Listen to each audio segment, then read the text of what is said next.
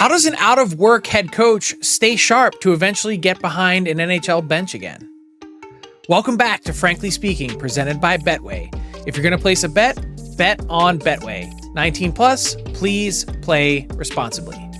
The last time we heard from today's guest, Jay Woodcroft, was November 11th, 2023, when he was fired by the Edmonton Oilers after a 3-9-1 start to the season. He departed with the third best points percentage of any head coach in NHL history with at least one full season at the helm. Yeah, you read that correctly. A 683 points percentage. Man, it was surprising then and equally surprising to see him go through a coaching cycle last summer and not get hired. So, what has Jay Woodcroft been up to over the last 18 months? Well, he certainly hasn't sat around and felt sorry for himself. That's not in his DNA, as you'll learn in our conversation today. He's been pounding the pavement, visiting coaches from around the hockey world, from Switzerland, Sweden, and Finland to across the AHL, junior hockey, and even stopped in NHL cities in a quest to learn as much as possible. The 48-year-old Toronto native is into his second decade working in the NHL. His career began in 2005 as a video coach with the Detroit Red Wings, helping them to a Stanley Cup in 2008 under Mike Babcock. He then moved to the bench when Todd McLellan brought him to San Jose in 2008, and he was reunited with McLellan again in Edmonton, then left to go coach in the AHL to scratch his head coaching itch, before finally getting his first NHL shot as a head coach with the Oilers in 2022. If you remember that spring, he helped guide Connor McDavid and Leon Draisaitl to the Western Conference Final in his first half season as head coach, the high watermark to that point of both McDavid and Draisaitl's playoff careers, and a second-round setback the following year in his only full season at the helm wasn't enough for him to survive a slow start to the 23-24 season. In our chat today, we talked about what it was like to watch the Oilers advance to Game 7 of the Stanley Cup Final last year, only months after he started the season with the team. We talked about building team culture, how he prepares for the interview process, what he struggled with in his first coaching tenure, and his clear vision for how his next team will play. On the eve of another head coaching cycle, here's my conversation with Jay Woodcroft. Jay Woodcroft, it's been almost 18 months since we've seen you behind an NHL bench. What have you been up to?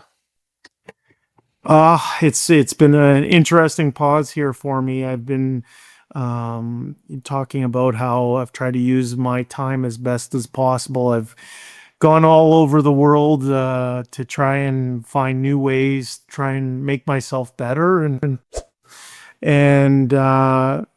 really enjoy the time that I do have to spend with my family here. So for me, when I talk about this pause, I think about, for me, the ability to have a good perspective on things. That's what that time does. It gives you a good perspective. It allows you to look at things from a certain distance and not be so emotionally charged like you are when you're first relieved of your duties. So I've really tried to lean into that. I've had a 20-year career with 3 different organizations, and I've not had that opportunity before. So, I've really tried to invest in being the best that I can be, study ways to get better, look at things like communication, look at things like how to improve team culture, look at things like how to get better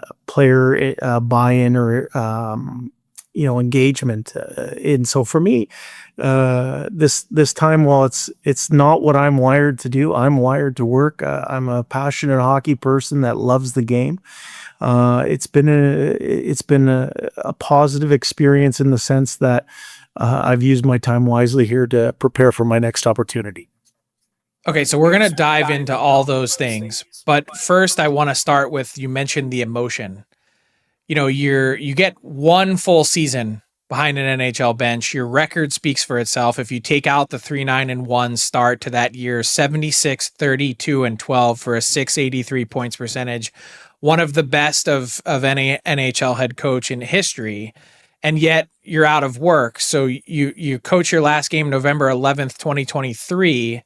What was the emotion like? How did you sift through it and pick through that in the weeks after? Yeah, well, first off, you're disappointed because you want to see something come to fruition, and you've invested a lot of time in trying to reach a goal. And one thing I've learned in my time in three different organizations is that very rarely is growth linear. A lot of times there's some bumps in the road along the way. And so when you get relieved of your duties after a poor start, which we fully owned, I fully own that. We didn't start as well as we wanted to. I thought we worked through some stages of that adversity to help the team going forward. And unfortunately for myself and for Dave Manson, who were relieved of our duties in November there, we didn't get to see it through. I thought the team was right there. I thought we were 90% there. There was a lot of good signs in the team game. But in the end, how I look back, being less emotionally charged, is that I look back at the 9 years in the organization. I had 9 great years. I wore a lot of different types of hats that I was asked to wear. There was a point in my career where I had to decide if I wanted to become an NHL head coach. And when I decided that that was the avenue that I wanted to take, I was asked to coach the American League team for the Oilers in Bakersfield, California. And I wanted to invest in myself and in my potential career so that I would be ready to take over an NHL bench. And when I did, I felt really good about it. I felt prepared. So more than anything, when I look back and we talk about emotion, I think of 9 great years in the organization. I was treated great by the fan base here. Built a lot of really, really strong relationships that I continue to manage through this day with staff and players. And for me, all of that has made me a better coach today than when I first walked into the organization. So I'm grateful. But at the same time, I'm really looking forward to use all of that experience in my next opportunity, my next lap around the track here. Okay, so I want to ask one more question looking back, and then we'll get moving forward. Yeah. Last year, the team goes on to the Stanley Cup Final. You mentioned that you thought you guys were about 90% of the way there when you had that tough 3-9-1 start, and sometimes things just spiral and they go in the wrong direction. I'm sure you weren't surprised to see the team, sort of reach that height of getting to the Cup Final in Game 7. But as you're watching it, you're one of the people. I was in the building for those games watching. I'm thinking, man, I wonder what Jay Woodcroft is thinking or feeling right now. Were you watching, and what was that like for you? Well, obviously, as a hockey person, you're watching. There's only 2 teams left playing in the world at that time, and as a hockey person, you're watching. And what are you feeling? You know what? First of all, it's a credit to those players on that team, and it's a credit to the staff involved that helped, find a way to get to the Stanley Cup Final and get all the way to Game 7. I'm sure it was disappointing for all people involved, but it's a very, very good achievement. That's 3 years in a row that group has been this close. 3 years in a row, they've lost to the Stanley Cup champions.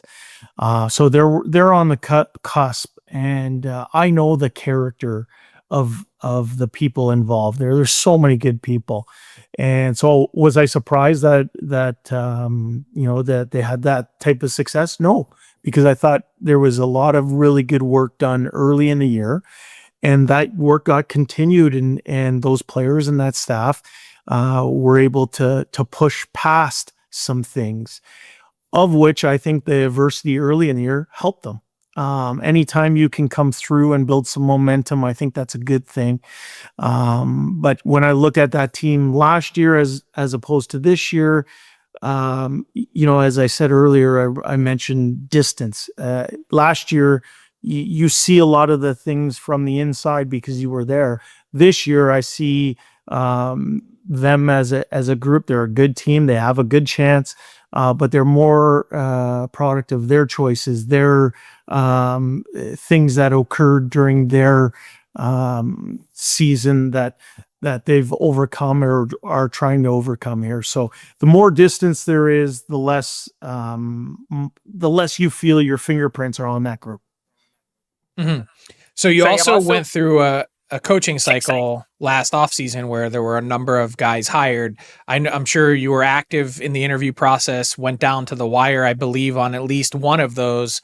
As you went through, to talk about those different opportunities that might be there for you to jump back in to the NHL, what did you learn about yourself going through that? Yeah, great question. For me, one of the things that I've learned through that process was how you really have to zone in or distill what your philosophies are, be able to articulate what's most important to you, really identify those core beliefs that you have, and you have to get those across in the interview process. I really never had to do that before, so it was a great learning experience. I talked seriously with two teams, made it to the wire with both of those teams. Disappointing that it didn't work out, but I'm a firm believer that things work out the way they're supposed to work out. And I can tell you that in going through this process, for me, one of the things that I've had to do is live the advice that I give to players as their coach.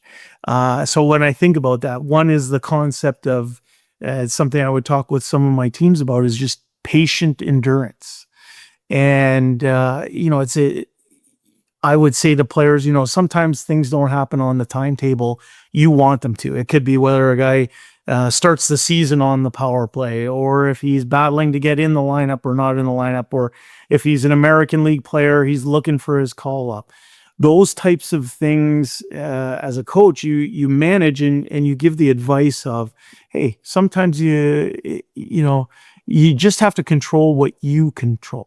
Yeah, you have to make sure that you're disciplined in your day. You have to make sure that you're doing the necessary things to put yourself in the position that when you get tapped on the shoulder, you're ready.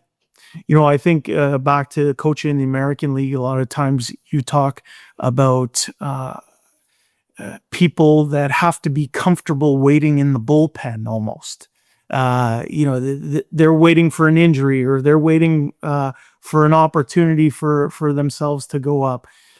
It's no different than the position or chair that I'm sitting in right now. I have to make sure that I'm taking care of my day. I'm comfortable in the bullpen of waiting, and I'm waiting with expectancy. I know that. I realize that. I know what my record as a head coach has been, and what my 20-year career in the game it says, but I'm waiting with expectancy. I'm looking to find the right organization, the right fit, the right partners, and I'm looking for alignment in that organization when I do take my next position. But it's one thing to say it to players. It's another thing to have to live it if you're you. How is that difficult? Well, as I said, I've tried to use my time wisely. I'm a positive person.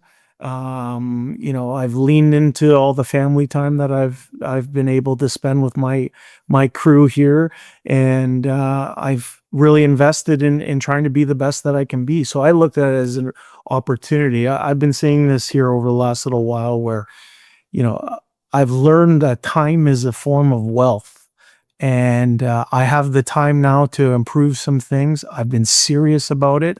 One other lesson that you talk to players about all the time is perseverance, about sticking to things until you're finally rewarded.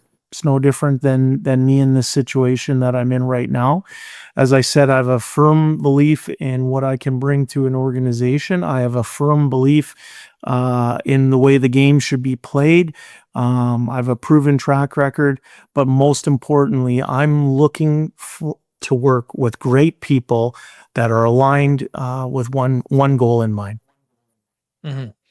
So we saw a report that you joined the Flyers for just to watch training camp at the invitation of John Tortorella back in September, but you mentioned that you've quite literally traveled the world. Fill us in on some of your stops Who have you gone to see, and why did you go over to Europe or elsewhere to watch the game from a different point of view?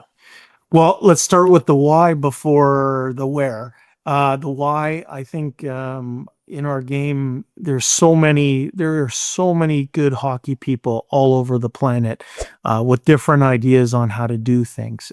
So putting yourself in that coach's room, to be able to flex some coaches' muscles, having a coffee and watching some video and talking about the game, I felt that I craved that. That was the thing that I missed the most, the camaraderie of a coach's room and talking about players and talking about tactics, those type of things.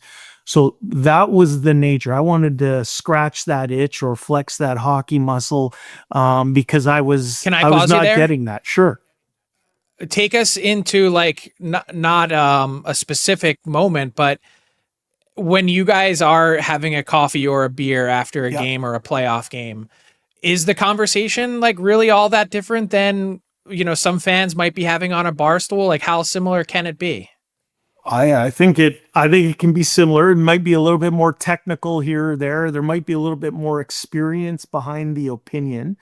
But the coaches' rooms that I found myself in were most typically younger coaches where I used to be that person, and they're going through something, and it's at all levels. I spent some time in major junior. One of my former captains and favorite players I ever coached was a guy named Brad Malone. He coaches the Oshawa Generals, and they're going through a playoff run right now. I went and saw his team play. I went and spent some time with some teams out on the West Coast, so in British Columbia. I've talked to numerous American Hockey League coaches. Last year, I went over to Switzerland, and there's a really good winning type program in Zug, Switzerland, where I spent some time with one of their progressive coaches and coaching staffs. I spent some time in Finland. And when for me, the positive in doing all of that, or the why you're doing all of that, is that you pick up things. Now, is the level the same as the National Hockey League? Not a chance. The stakes are way higher in the NHL. The skill level is much higher. The paychecks are much higher in the National Hockey League than all those other leagues. But there are good people trying to solve problems that are typical whatever league you're dealing with. So to gain some of that experience, I think that rounds me out a little bit more as a coach. I also know that in having gone to Europe multiple times, I know that our league is changing.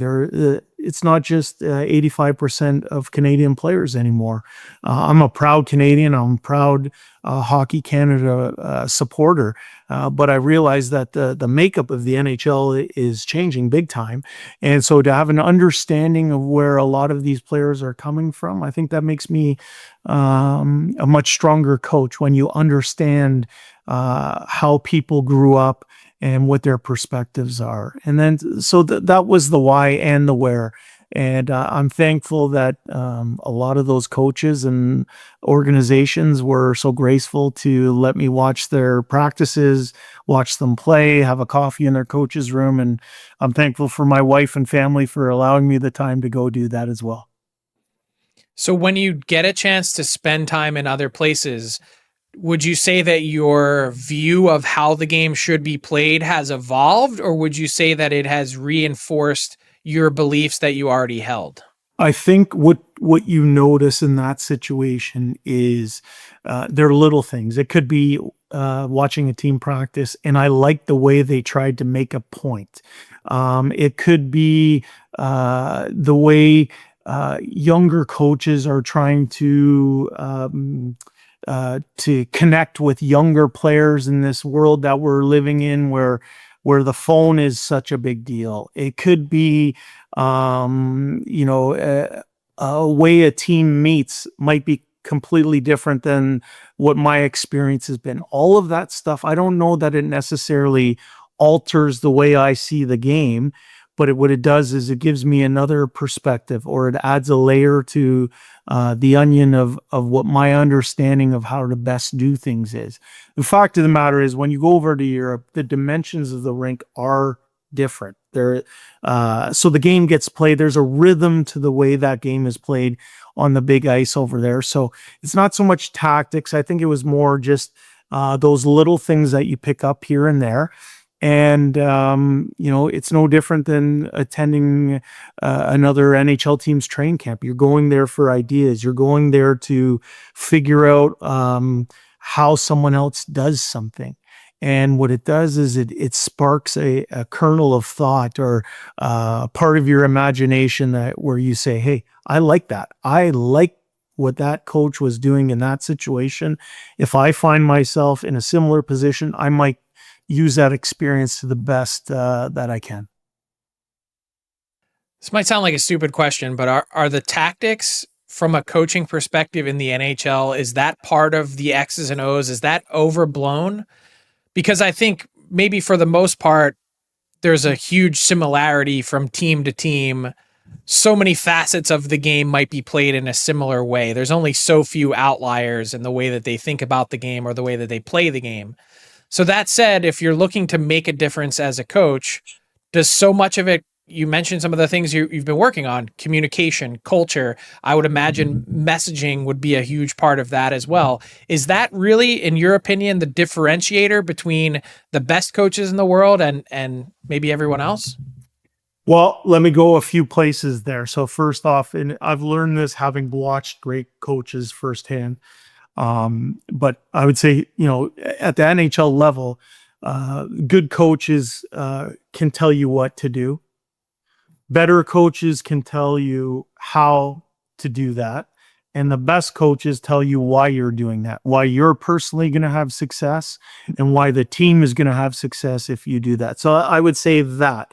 I think in the way coaching and trends in coaching has gone, for me, there might be an archetype of older school coach that believes we just have to do something harder, and maybe their skill set is more on that side of the arena, where some younger coaches nowadays are coming up and they're so hyper detailed that they forget all of these important human characteristics that go into good coaching, and they're so hyper detailed on the little things that are behind certain tactics. I think there's a happy medium. If I was looking at the league now as a whole, there are places where I see younger type coaches or some teams that are, how do I say this? They might be drowning in information but starving for wisdom. And that's why I think there's a happy medium in between that. Now, you talked about how the league is very similar. There's a saying that it's a copycat league, this NHL. If something works, other teams emulate it and they try and implement it into their system. I think this is a league where the best coaches in the world gravitate. These are the best. People are at the top of their profession. And so I don't think you're going to sneak anything by anybody. There's so much film and computer work now. There's very little left to the imagination tactics wise. That is why, for me, I have spent as much time in work that I'm watching teams at night. I'm breaking teams down. I'm doing my work on different organizations, all of that type of stuff. I have to do that work to stay sharp. But on the other side of it, I've invested in the people system side. So not just tactical system, but in the people system. And I think if you combine those two things, you set yourself up to have some real success in your next opportunity. What is one area that you think maybe you struggled in your first NHL head coaching opportunity? Well, for me, I had the benefit of being an NHL assistant coach for a very long time. And I learned from some really, really good coaches along the way. So the learning curve that maybe new people to the NHL have to go through, I felt I had already gone through as an assistant coach. I went down to the American League level. honed. I look at that as almost a laboratory where you can work at things away from the spotlight, away from a huge media presence, and you can kind of cut your teeth at the American League level, and then that sets you up for the National Hockey League. For me, if I'm looking at what I would like to do better going forward, I felt that there's messaging that I can do a better job of, whether that's through the media or internally to a team.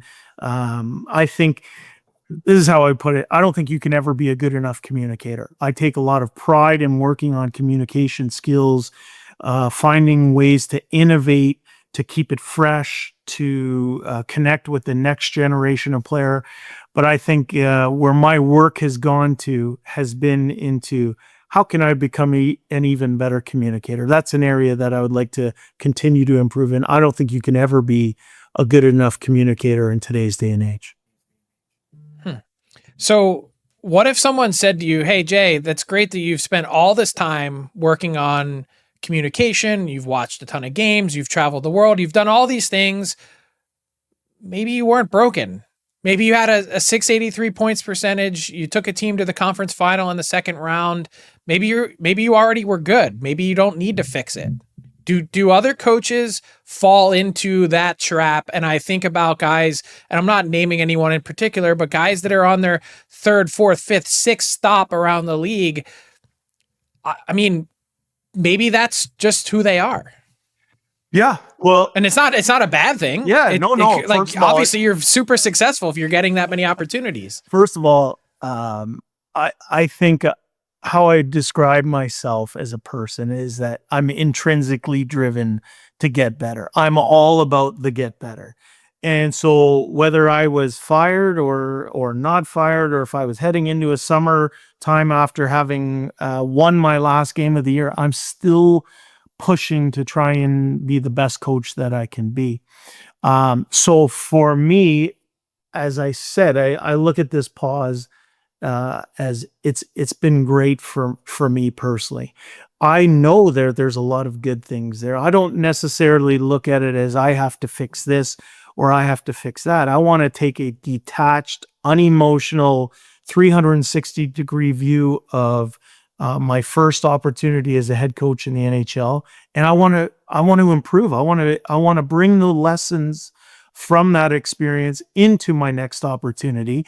And the second lap around the track, I think it's important that it's not just, hey, I'm doing what I do and everyone else has to adjust to me. I don't think like that. I think, what can I do to be better? And hopefully, when the head coach and the coaching staff brings that attitude, that resonates amongst the players, so that people bring a certain level of passion to the rink every day. And that's how I've had success in my career, and I'm going to continue to work on being the best that I can be. Culture is such a big buzzword, and I feel like half the time when people use it, I don't even know necessarily what we're talking about. But you mentioned the idea of communicating to a different generation of NHL players. It's changed a lot in the 20 years that you've been involved with the NHL.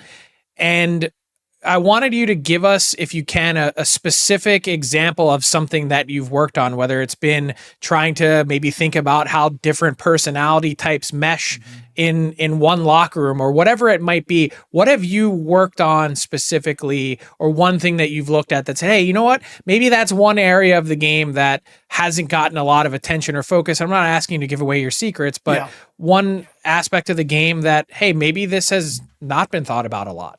Well, for me, team culture comes down to creating an environment where everyone matters. Whether you're an assistant athletic trainer, the general manager of the team, the player who plays on the fourth line, plays 6 minutes a night, or the superstar that plays 26 minutes a night, creating an environment where everyone matters is what I believe culture comes down to. Now, for me, in terms of specifics. I've spent a lot of time on learning how people people have different personality types, how where they're from, their whatever their experiences are in their life, it imbues their outlook on how they approach different things. And I think as a hockey coach, to understand how people think, why they think a certain way, and what type of stimulus that they're going to respond to, I think over time, I've had instincts and you have intuitions about how to approach somebody or how to get to them. But when you combine that with some information on personality types, I think it gives you a little bit of a head start on how to best reach somebody. So during this pause, I've spent some time in that regard. That's one area and one specific example. But I think going forward, that's something that I'm going to spend more time on and not just rely on my intuition and experience. So I'll wrap with this. You've spent a lot of time looking at this game from many different angles and your own game and how you figure out how that all meshes together. And we're approaching another coaching cycle where my guess is we'll have anywhere between 4 to 6 or 7 different NHL head coaching openings starting in the next week or so.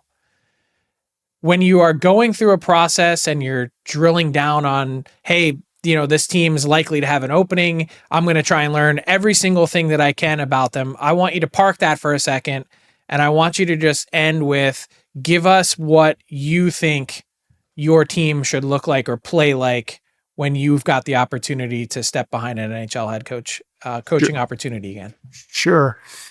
First off, I think that's the most important thing, is to have a clear understanding. I think in my experience as a head coach in the American League and in the NHL, I tried to make sure that the teams that I coach play with a certain level of pace, but purpose behind that pace. So it's going to be a prepared team. It's going to be a team that, as I said, plays fast, but also is willing to do things with a hammer and not just a paintbrush. I think one of our great boxes that we ticked in Edmonton when Dave Manson and I first went to Edmonton, I think the team was only known as an off the rush type offense team, and we wanted to change that over time. And that was one area that we were certainly able to improve our goals in terms of our forechecking ability, our willingness to be heavy and hard on a cycle and generate offense that way. And then the other aspect of it is the team that I coach is going to work just as hard working back to its own end as it does going into the offensive zone. And I think if you go back to that February of 2022, that was the focus when we first came up from the American Hockey League, was how do we give our team something that they can sink their teeth into in order to give us an advantage. And at that time in February 22, it was instilling a level of work back to our own end and some rules behind that. So to wrap it all up, I would say that a team that I coach will play fast. A team that a coach is going to be prepared, and it's going to be prepared to play with some purpose and some attitude in the offensive zone. And then saying that, we will have the exact same level of attention to detail working back to our end as we do heading north to the other team's end. And how about that, working back to the defensive end? I just filled out my NHL awards ballot this week, and Leon Draisaitl got a Selke vote from me. So maybe stems back to some Jay Woodcroft-isms from his time in Edmonton. Jay, thanks so much for joining us. Best of luck in this coaching cycle, and hope to see you behind an NHL bench again soon. Frank, thanks for having me on. I really appreciate it. Man, thanks a lot to Jay Woodcroft for his time. And I know just in talking to him, he's a guy that is eager to talk hockey. We haven't heard much from him. And frankly, we don't hear much from coaches that are out of work, because I think part of it is a stigma that they don't want to be seen as politicking for their next opportunity. I'm hoping, though, that the next general manager that gives Jay Woodcroft an opportunity whenever that is. We'll listen to this interview first as a sort of precursor to their conversation to help get some of the wheels turning, because it's clear there's not just a hard worker in there, but a really intelligent guy that wants to do better, wants to win, and is very competitive. So love the parts of the conversation when he's talking about just craving being back in the coach's room again. I'd love to be a fly on the wall for some of those conversations after a playoff game. It's probably exactly as you think it might be. And in talking to some head coaches and getting Woodcroft's guidance here, clearly that is sometimes the case. I also think that this NHL head coaching cycle in 2025 is going to be a bit more busy than we might have expected. You've got the interim openings, of course, in Boston, Chicago, and Philadelphia, but potentially certainly some more others on the way. The New York Rangers, Vancouver Canucks, depending on what happens with Rick Tocchet. What about the Nashville Predators, the Seattle Kraken, the New York Islanders potentially? Man, there's some vacant chairs that are going to be opening up, and it wouldn't be a surprise at all to see Jay Woodcroft land in one of them soon. Thanks a lot for joining us this week on Frankly Speaking, presented by Betway. If you're going to place a bet on Betway 19 plus. Please play responsibly. What's up, hockey fans? If you enjoyed that video, then you need to be hitting the subscribe button right here at Daily Faceoff. Exclusive interviews and analysis from our hockey insider Frank Saravalli, fantasy updates from Brock Sagan, and a daily live show at noon Eastern Monday through Friday. You don't want to miss any of the fantastic content, so hit that subscribe button.